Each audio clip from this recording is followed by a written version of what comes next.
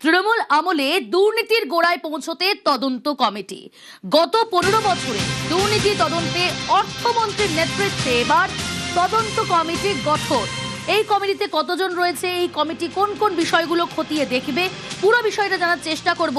সোমরাজ রয়েছে আমার সঙ্গে। সোমরাজ, তৃণমূল আমলে অর্থাৎ বিগত 15 বছরে যে দুর্নীতি হয়েছে তার তদন্তে এবার অর্থমন্ত্রীর নেতৃত্বে কমিটি গঠন করা হলো। এই কমিটিতে কারা কারা রয়েছে, এই কমিটি কোন কোন বিষয়গুলো খতিয়ে দেখবে? দেখো, তোমাকে জানিয়ে রাখি, এই কমিটি শেষ যে মন্ত্রিসভার বৈঠক হয়েছিল সেই মন্ত্রিসভার বৈঠকেই গঠন করার সিদ্ধান্তের কথা জানানো হয়েছিল এবং অর্থমন্ত্রী ডক্টর স্বপন দাশগুপ্তের নেতৃত্বে এই কমিটি গঠন করার কথা শেষ মন্ত্রিসভার বৈঠকেই সিদ্ধান্ত নেওয়া হয়েছে।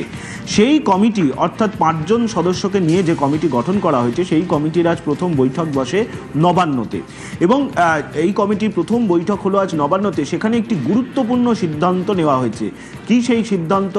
না, তৃণমূল কংগ্রেস সরকারের সময় শেষ 15 বছর ধরে কোন খাতে কত খরচ হয়েছে এবং কোন খাতে কত আয় হয়েছে তার রিপোর্ট নেওয়া হবে। প্রত্যেকটি দফতরের থেকে এবার রিপোর্ট চাইবে অর্থমন্ত্রী ডক্টর স্বপন দাশগুপ্তের নেতৃত্বে এই কমিটি। আজ এই কমিটি প্রথম বৈঠকে বসল এবং প্রথম বৈঠকে বসেই এই সিদ্ধান্ত নেওয়া হয়েছে যে গত 15 বছরে কোন দফতরে কত খরচ হয়েছে এবং এই যে কোন দফতরে কত আয় হয়েছে তার বিস্তারিত রিপোর্ট প্রত্যেকটি দফতরের সচিবদের থেকে চাওয়া হবে। তার কারণ আজকে যখন এই কমিটি বৈঠকে বসে সেখানে একটা বিষয় আলোচনা হয়েছে যে এই দুর্নীতির গোড়া পর্যন্ত পৌঁছাতে হবে। আর সেই গোড়া পর্যন্ত পৌঁছানো কখন সম্ভব? যখন তাদের হাতে প্রত্যেকটি দফতরের আয় ব্যয়ের রিপোর্ট হাতে এসে পৌঁছাবে। এবং সেখানে তুমি জানো ইতিমধ্যেই অডিট নিয়ে একাধিক অভিযোগ রয়েছে। Principal accountant of audit general তাদের তরফে ইতিমধ্যেই বেশ কিছু অভিযোগ ছিল এবং যে অভিযোগ নিয়ে তৎকালীন সরকারকে একাধিকবার অডিট অ্যাকাউন্ট জেনারেলের অফিস থেকে চিঠি দেওয়া হয়। সামগ্রিকভাবে সেই কারণেই প্রত্যেকটি দফতরের হিসেব চাইবে এবং যেটা সূত্র মারফত জানা যাচ্ছে এই কমিটির তরফে প্রত্যেকটি দফতরের থেকে এবার আয় ব্যয়ের হিসাব চাওয়া হচ্ছে। অর্থাৎ কোন দফতর কত খরচ করেছে গত 15 বছরে, কোন দফতর কত আয় করেছে, আয় ব্যয়ের মধ্যে সামঞ্জস্য রাখা হয়েছিল নাকি, বিস্তারিত তথ্য অর্থমন্ত্রী ডক্টর স্বপন দাশগুপ্তের নেতৃত্বে এই কমিটি চাইছে। সেই রিপোর্ট আসার পর পরবর্তী ফের বৈঠকে বসা হবে, তেমনটাই সূত্র মারফত খবর। আজ নবান্নে অর্থমন্ত্রী ডক্টর স্বপন দাশগুপ্তের নেতৃত্বে এই বৈঠক হয়, যেখানে কয়েকজন মন্ত্রী ছিলেন যারা এই কমিটির সদস্য। তার মধ্যে ছিলেন দিলীপ ঘোষ, ছিলেন তাপস রায় সহ কয়েকজন মন্ত্রী। তারা এই বৈঠক করে এবং বৈঠকে প্রাথমিকভাবে এই সিদ্ধান্ত নেওয়া হয়েছে বলেই নবান্ন সূত্রে জানা যাচ্ছে। বেশ,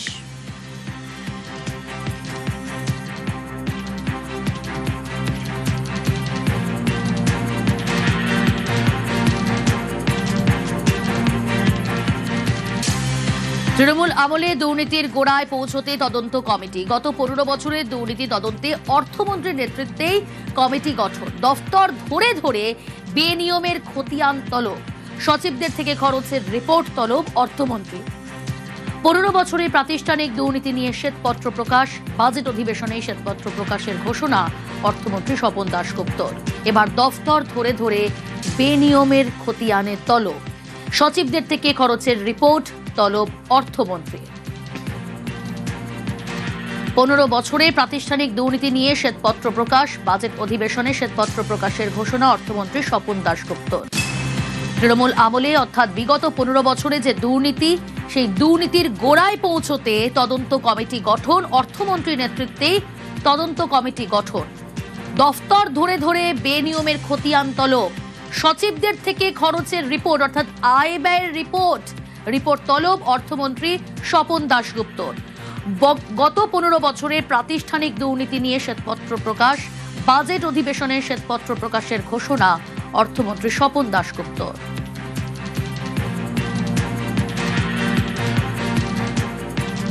তৃণমূল আমলে দুর্নীতির গোড়ায় পৌঁছতে এবার তদন্ত কমিটি গঠন। গত 15 বছরে দুর্নীতি তদন্তে অর্থমন্ত্রীর নেতৃত্বে কমিটি গঠন করা হয়েছে। সেই কমিটি দফতর ধরে ধরে বেনিয়মের খতিয়ান তুলে ধরবে। খতিয়ান তলব করা হয়েছে ইতিমধ্যে। সচিবদের থেকে সেই খরচের রিপোর্ট নেবেন অর্থমন্ত্রী স্বপন দাশগুপ্ত। রিপোর্ট তলব করা হয়েছে 15 বছরের প্রাতিষ্ঠানিক দুর্নীতি নিয়ে শ্বেতপত্র প্রকাশ, বাজেট অধিবেশনেই শ্বেতপত্র প্রকাশের ঘোষণা অর্থমন্ত্রী স্বপন দাশগুপ্ত। বিগত 15 বছরের দুর্নীতি তদন্তে অর্থমন্ত্রীর নেতৃত্বে কমিটি গঠন করা হয়েছে। সেই কমিটি দফতর ধরে ধরে বেনিয়মের খতিয়ান তুলে ধরবে, আর সেই খতিয়ান তলব অর্থমন্ত্রী স্বপন দাশগুপ্তর।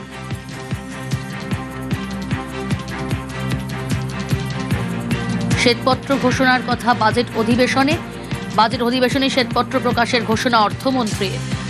15 বছরের প্রাতিষ্ঠানিক দুর্নীতি নিয়ে শ্বেতপত্র প্রকাশ। তৃণমূল আমলে দুর্নীতির গোড়ায় পৌঁছতেই এবার তদন্ত কমিটি। গত 15 বছরে দুর্নীতি তদন্তে অর্থমন্ত্রীর নেতৃত্বে তদন্ত কমিটি গঠন। দফতর ধরে ধরে বেনিয়মের খতিয়ান তলব, সচিবদের থেকে খরচের রিপোর্ট তলব অর্থমন্ত্রীর। 15 বছরের প্রাতিষ্ঠানিক দুর্নীতি নিয়ে শ্বেতপত্র প্রকাশ। বাজেট অধিবেশনে শ্বেতপত্র প্রকাশের ঘোষণা অর্থমন্ত্রীর।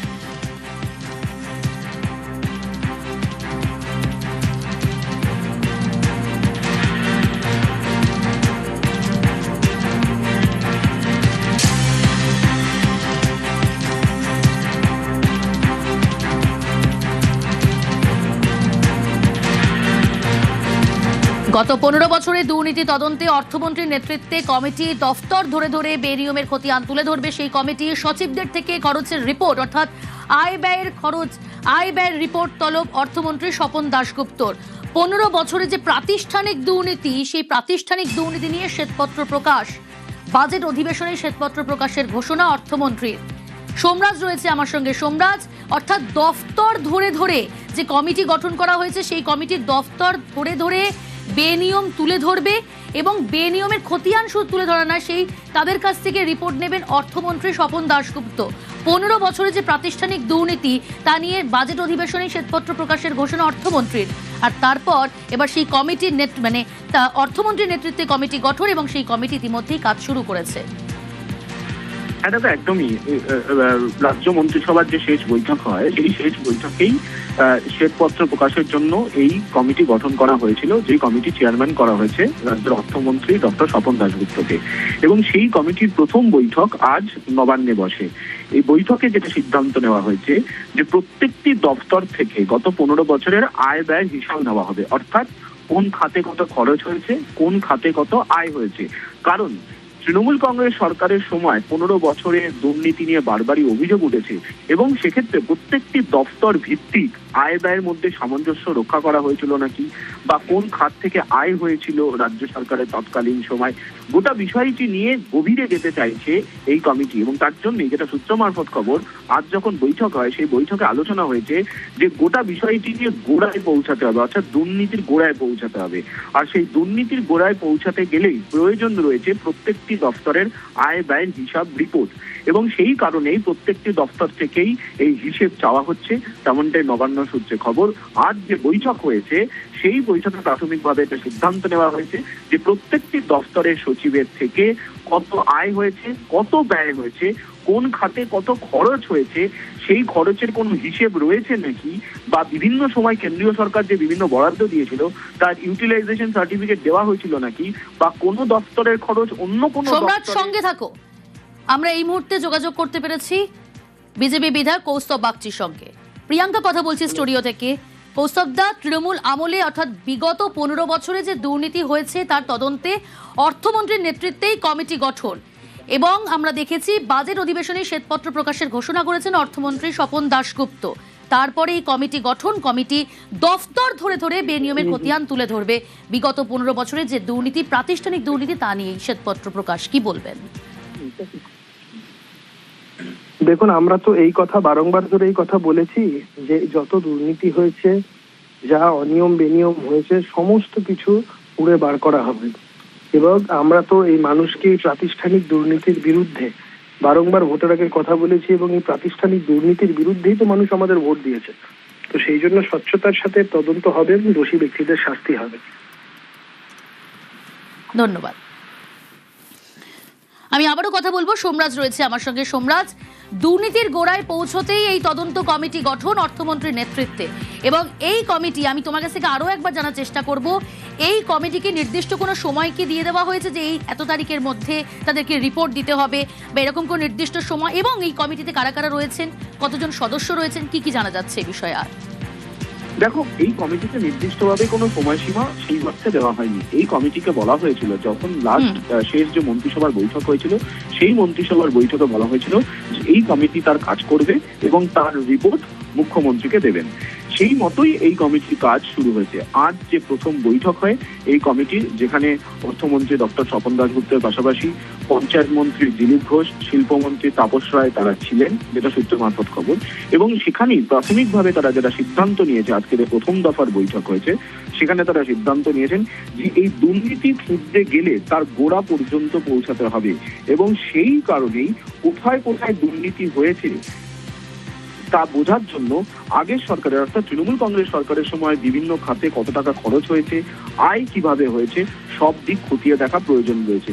তার জন্যই বিভিন্ন দপ্তরের সচিবদের নির্দেশ দেওয়া হবে যে প্রত্যেকটি দপ্তরের আগের সময় গত 15 বছরে কত খরচ হয়েছে, কিভাবে খরচ হয়েছে, আয় কিভাবে হয়েছে, তার প্রত্যেকটি রিপোর্ট পাঠানোর জন্য। এবং এই হিসেব প্রত্যেকটি দপ্তরের কাছেই রয়েছে। সেই রিপোর্ট দেখে তারা খতিয়ে দেখবে এবং খতিয়ে দেখার পর কোন কোন জায়গায় দুর্নীতি হয়েছিল তার রিপোর্ট পেশ করা হবে মুখ্যমন্ত্রীর কাছে। এই রিপোর্ট আসার পরই আবারও ফের বৈঠকে বসবে এই কমিটি। প্রাথমিকভাবে আজ যা বৈঠক হলো সেখানে এটাই আলোচনা হয়েছে বলে সূত্রের খবর যে কোথায় কোথায় দুর্নীতি হয়েছে তার গোড়ায় পৌঁছাতে হবে এবং সেই গোড়ায় পৌঁছানোর জন্যই প্রত্যেকটি দপ্তর ভিত্তিক রিপোর্ট আসার প্রয়োজন। আর সেই কারণেই সচিবদেরকে নির্দেশ দেওয়া হচ্ছে যাতে প্রত্যেকটি দপ্তর ভিত্তিক এই রিপোর্ট দেওয়া হয় এই কমিটিকে। একেবারেই সোমরাজ, সঙ্গে থাকো। আপনাদের আরো একবার জানিয়ে রাখবো, তৃণমূল আমলে অর্থাৎ গত 15 বছরে দুর্নীতি তদন্তে অর্থমন্ত্রীর নেতৃত্বেই তদন্ত কমিটি গঠন করা হলো। দফতর ধরে ধরে সেই কমিটি বেনিয়মের খতিয়ান তুলে ধরবে। সেই খতিয়ান তলব, সচিবদের থেকে খরচের রিপোর্ট, আয় ব্যয়ের রিপোর্ট তলব অর্থমন্ত্রীর স্বপন দাশগুপ্তর।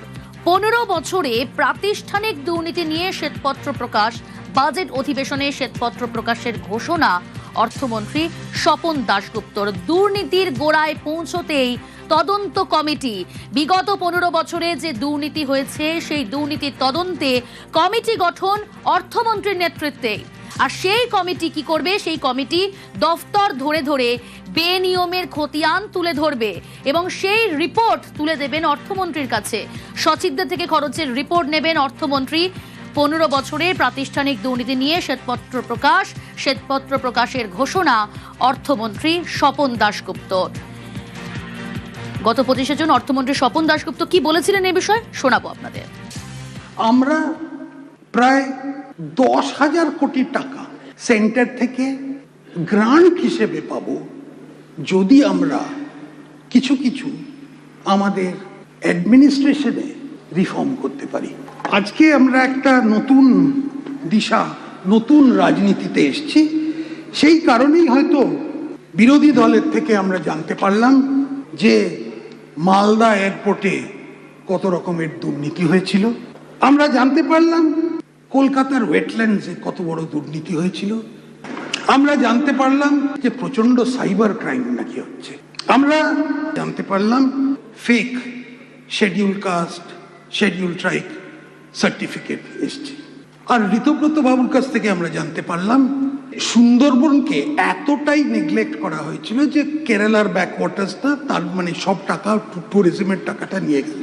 এই জন্যে সামনের দিনে আমরা বিবেচনা করেছি অনেক ডিপার্টমেন্টের এক এক করে শ্বেতপত্র বা হোয়াইট পেপার আনবো।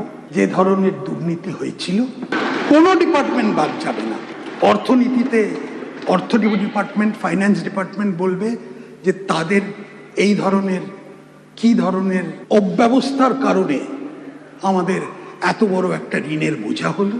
কোনো কোনো ডিপার্টমেন্ট বলবে যে তাদের কেন প্রজেক্টগুলো অর্ধ সম্পন্ন হয়ে পড়ে চলল। কোনো কোনো ডিপার্টমেন্ট বলবে যে তাদের রিক্রুটমেন্টের মধ্যে এত দুর্নীতি কেন হয়েছিল।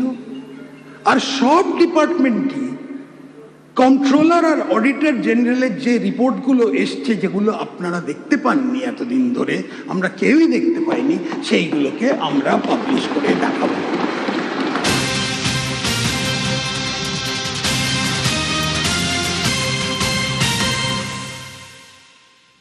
ব্রেকিং নিউজ, সুজিতের হাতে পুর নিয়োগ দুর্নীতির 20 কোটি। ধৃত প্রাক্তন মন্ত্রীর বিরুদ্ধে চার্জশিটে অভিযোগ ইডির। আর কি কি উল্লেখ করা হলো চার্জশিটে, ইডির তরফ থেকে কি জানানো হচ্ছে, ইডি সূত্রে কি খবর জানবো। অমিত রয়েছে আমার সঙ্গে। অমিত, পুরসভার নিয়োগ দুর্নীতি মামলাতে ইডির তরফে আছে সুজিত বসুর ছেলে এবং পুর নগর উন্নয়ন দপ্তরের তৎকালীন ডিরেক্টর অফ বিএলপি জ্যোতিষ চট্টোপাধ্যায় তিনজনের বিরুদ্ধে এবং সুজিত বসুর ছেলের দুটি সংস্থার বিরুদ্ধে চার্জশিট দেওয়া হয়েছে। প্রথম সাপ্লিমেন্টারি চার্জশিট ইডির তরফে সরাসরি অভিযোগ আনা হয়েছে যে 250 কোটি টাকার যে দুর্নীতি পুরসভার নিয়োগ দুর্নীতি মামলায় যে 250 কোটি টাকার মধ্যে 20 কোটি টাকা সুজিত বসুর হাতে এসছে, এমনটা কিন্তু ইডির তরফে দাবি করা হচ্ছে।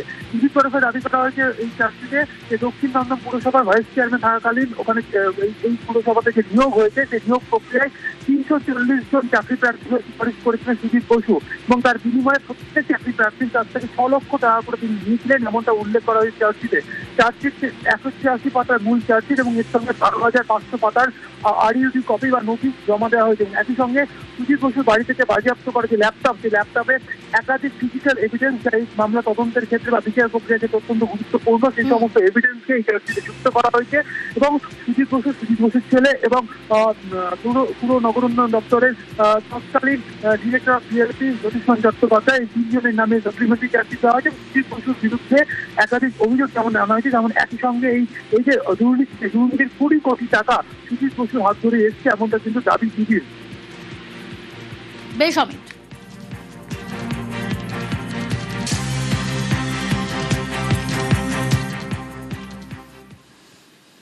টিএমসির অ্যাকাউন্ট ফ্রিজ মামলায় এবার অফিসার নিয়োগ, অ্যাকাউন্টে নজরদারিতে স্পেশাল অফিসার নিয়োগ হাইকোর্টের। আরো একবার আপনাদের জানিয়ে রাখবো, টিএমসির অ্যাকাউন্ট ফ্রিজ মামলায় এবার অফিসার নিয়োগ, অ্যাকাউন্টে নজরদারিতে স্পেশাল অফিসার নিয়োগ হাইকোর্টের। অবসরপ্রাপ্ত বিচারপতি সুব্রত তালুকদার স্পেশাল অফিসার। টিএমসির অ্যাকাউন্ট ফ্রিজ মামলায় অফিসার নিয়োগ, অ্যাকাউন্টে নজরদারিতে স্পেশাল অফিসার নিয়োগ হাইকোর্টের। অবসরপ্রাপ্ত বিচারপতি সুব্রত তালুকদার স্পেশাল অফিসার, অর্থাৎ টিএমসির অ্যাকাউন্ট ফ্রিজ মামলায় এবার স্পেশাল অফিসার নিয়োগ, অ্যাকাউন্টের নজরদারিতে স্পেশাল অফিসার নিয়োগ হাইকোর্টের। অবসরপ্রাপ্ত বিচারপতি সুব্রত তালুকদার স্পেশাল অফিসার।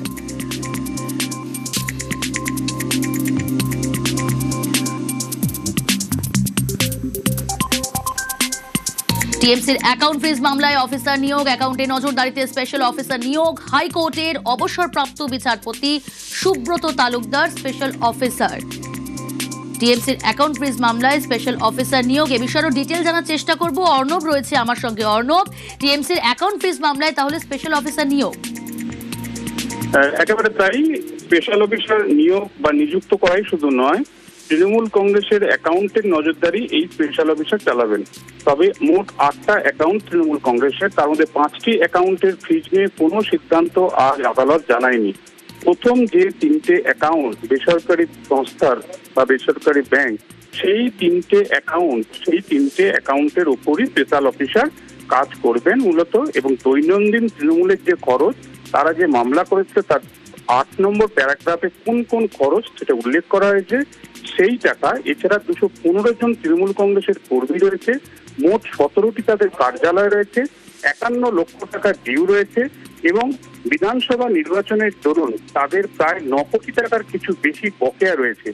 এই টাকাগুলি, এছাড়াও সিকিউরিটি এজেন্সি বাবদ প্রায় 5 লাখ টাকার কাছাকাছি তাদের খরচ, এগুলি সবই বকেয়া রয়েছে। এই টাকাগুলি ডিসবার্স করবেন স্পেশাল অফিসার।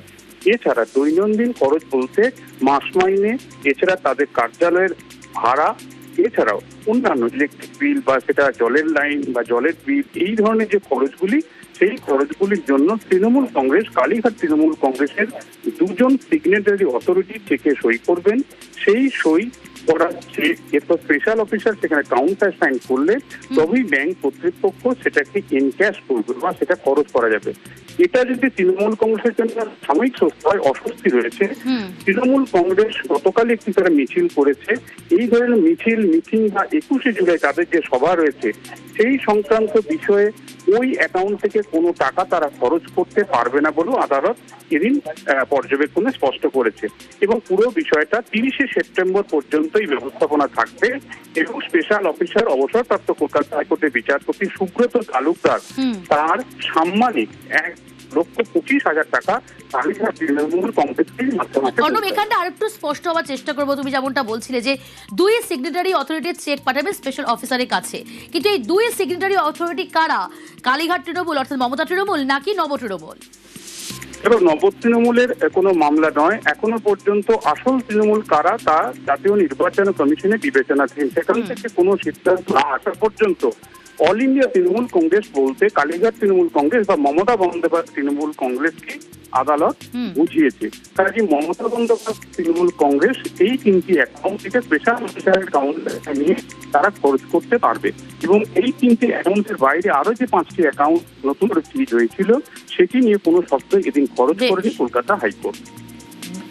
ধন্যবাদ অর্ণব।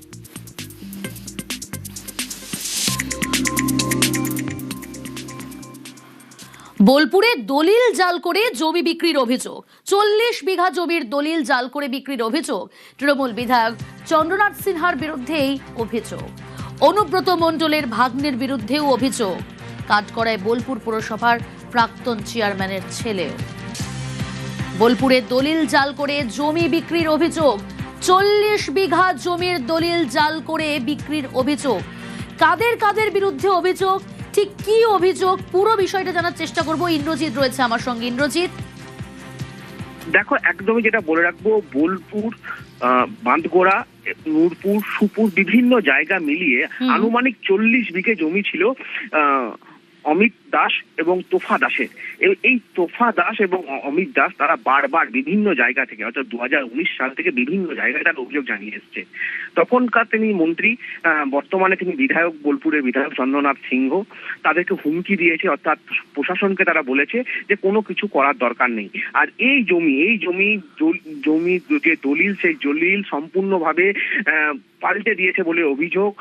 তাদের নামে নেই সেই সমস্ত জমি, সমস্ত পরিকল্পনা ভাবে নাম পাল্টে অন্য ব্যক্তিকে বিক্রি করে দেওয়া হয়েছে বলে অভিযোগ রয়েছে।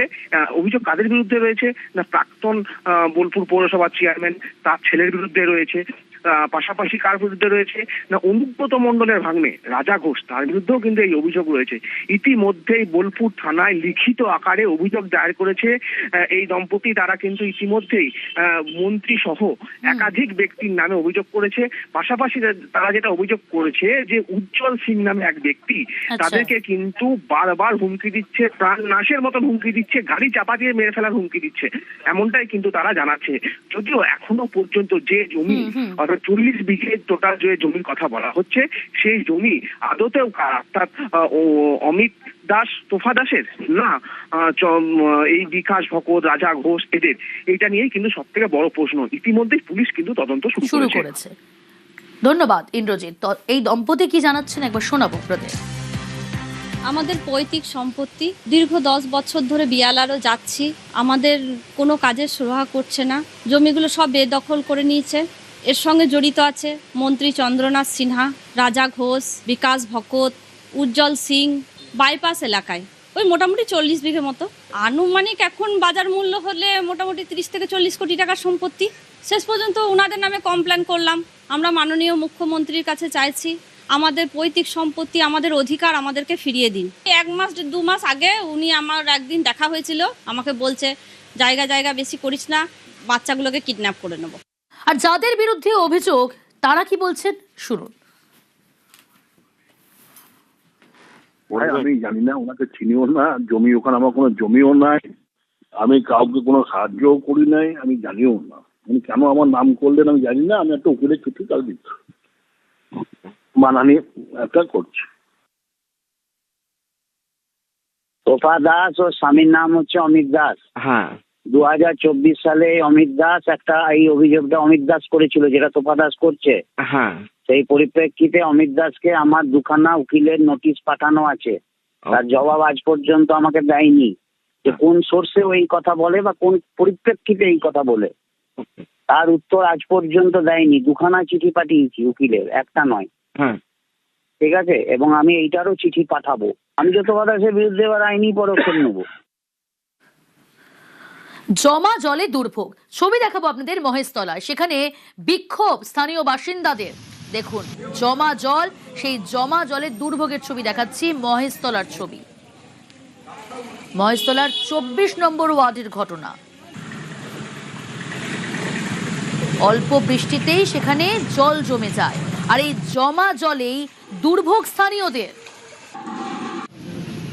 মহেশতলায় জমা জলে দুর্ভোগ, 24 নম্বর ওয়ার্ড, সেখানকার ছবি দেখাচ্ছি। অল্প বৃষ্টিতেই জল জমে যায় আর দুর্ভোগের মুখে পড়তে হয় স্থানীয় বাসিন্দাদের। আজ বিক্ষোভ দেখাচ্ছেন তারা। কাউন্সিলর, তৃণমূল কাউন্সিলর তারক সাহার বাড়ির সামনে বিক্ষোভ। কি দাবি বিক্ষোভকারীদের, কি বলছেন তারা, জানার চেষ্টা করব। আমার সঙ্গে রয়েছে বিশ্বজিৎ। বিশ্বজিৎ, স্থানীয় বাসিন্দা তারা বিক্ষোভ দেখাচ্ছে, যে ছবিটা আমরা দর্শকদের সামনে তুলে ধরছি, জমা জল, অল্প বৃষ্টিতেই জমা জলে স্বাভাবিকভাবেই দুর্ভোগের মুখে পড়তে হয় তাদের। কি দাবি তুলছেন তারা?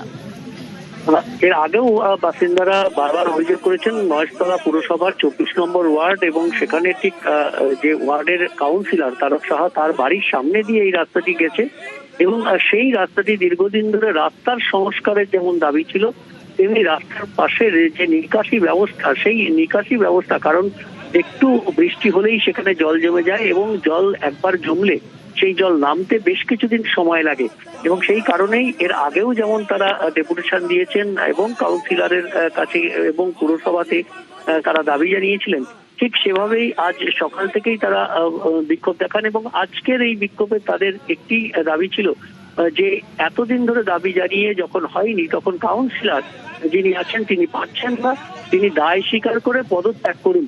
এই দাবিতে স্থানীয় যারা বাসিন্দারা তারা একদমই, কাউন্সিলর বলেছেন যে আমি চেষ্টা করেছি। কাউন্সিলর সেই বিক্ষোভকারী যারা ছিলেন তাদের কাছে এসে তার সেই চেষ্টা, তিনি কোথায় কোথায় গিয়েছিলেন সেই সমস্ত বিষয় তাদেরকে অবগত করেছেন এবং বলেছেন আমি আরো একবার চেষ্টা করছি, আমাকে কিছুটা সময় দিন এবং না পারলে আমি পদত্যাগ করব। স্থানীয় বাসিন্দারা এবং কাউন্সিলর তিনি কি বলছেন শোনাই দর্শকদের। ধন্যবাদ বিশ্বজিৎ। আমাদের পুরো এলাকা জলের তলায় ডুবে আছে আর কাউন্সিলররা নিজেদের বিল্ডিং বালাখানায় শুয়ে শুয়ে তারা জীবনযাপন করছে। গরিবের দুঃখ কষ্ট ওরা কি জানবে, ওরা তো বিল্ডিং এ থাকে। এই যে ব্যবস্থাটা, এরা যে কত আর দুর্নীতি করবে, মানুষের কত রক্ত শোষণ করবে।